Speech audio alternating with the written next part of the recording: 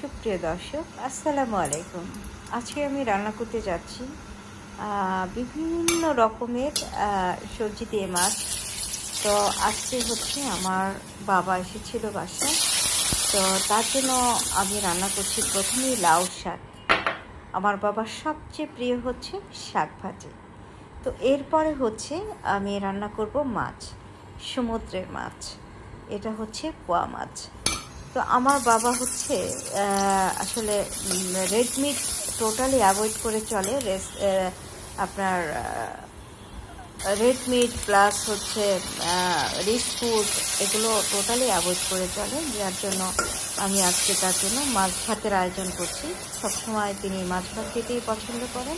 তো আমি চিন্তা করলাম যে আমার বাবাকে আমি সমুদ্রের মাছ খাওয়াবো, পদ্মার মাছ খাওয়াবো, নদীর মাছ খাওয়াবো, পুকুরের মাছ খাওয়াবো।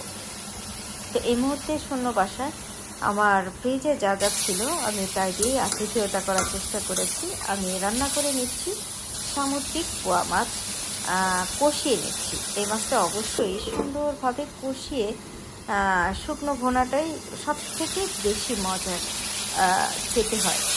তো আমি কষিয়ে বয়েল করা পানি অ্যাড করে দিচ্ছি। অবশ্যই কারিতে বয়েল করা পানি অ্যাড করতে হবে। বয়েল করা পানি অ্যাড করলে তাতে করে তরকারি টেক্সচার, কনসিস্টেন্সি, কালার, স্বাদের যে ব্যাপারটা থাকে সবই পারফেক্ট থাকে। তো এখন আমি 2 নম্বর রান্নাটা সেরে নিয়েছি, লাউ শাক আর পোয়া মাছ। এখন যাচ্ছি আমি পদ্মার মাছ রান্না করতে, ইলিশ মাছ রান্না করতে। তো প্রথমেই আমি প্যানে দিয়ে দিচ্ছি তেল, তারপরে দিয়ে দিচ্ছি কিছুটা অনিয়ন, সল্ট, টেস্ট অনুযায়ী, আদা রসুন পেস্ট, রসুন পেস্ট, গার্লিক পেস্ট দিয়ে দিচ্ছি, ধনিয়া, হলুদ, সামান্য মরিচের পাউডার। তো আসলে ইলিশ মাছে আমরা অত বেশি মশলা দিয়ে রান্না করব না, বিকজ ইলিশ মাছের নিজস্ব একটা ফ্লেভার থাকে, আর সেই ফ্লেভারটা ধরে রাখার জন্য আমি অন্য কোনো বাড়তি কোনো মশলা অ্যাড করব না। তো আমি মশলাটা কষিয়ে সবজি ঢেলে দিয়েছি। এখন আমি গ্রিন চিলি অ্যাড করে দিয়েছি। এখন আমি বেশ কিছু সময় এই সবজিটাকে কষিয়ে নেব।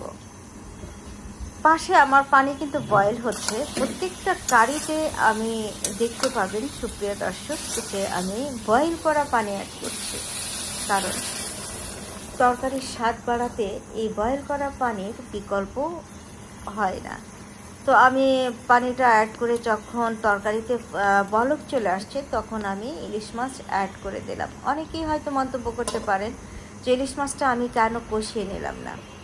তা আসলে ইলিশ মাছ এমনি ভাপে দিলেই খাওয়া যায়, আর এটা এভাবে রান্না করে একদিন খেয়ে দেখুন, এটা না অন্যরকম একটা মজা। দেখতে পাচ্ছেন আমার তরকারির কনসিস্টেন্সি, কালার এবং স্বাদের দিকেও না খুব বেশি আগানো ছিল, ভীষণ রকম মজার ছিল।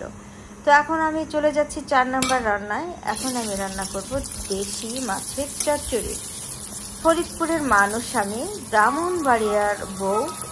সো আমি ফরিদপুরের স্টাইলে, আমার বাবা ফরিদপুরের, আমি ফরিদপুরের স্টাইলে সমস্ত তরকারিগুলো রান্না করছি।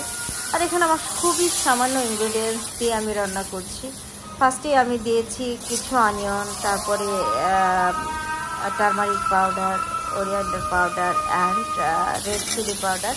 সামান্য কষিয়ে আমি দিয়ে দিচ্ছি সবজি। এই সবজির মধ্যে রয়েছে বেগুন, পটল আর কচুরমুখী। তো এটা দিয়ে হচ্ছে আমি সুন্দরভাবে এটাকে ফার্স্টে কষিয়ে নেব। এই মাছ দিয়ে আমি চচ্চড়ি করব। এটা হচ্ছে পাঁচমিশালি মাছ। এখন আমি রান্না করতে যাচ্ছি নদীর মাছ।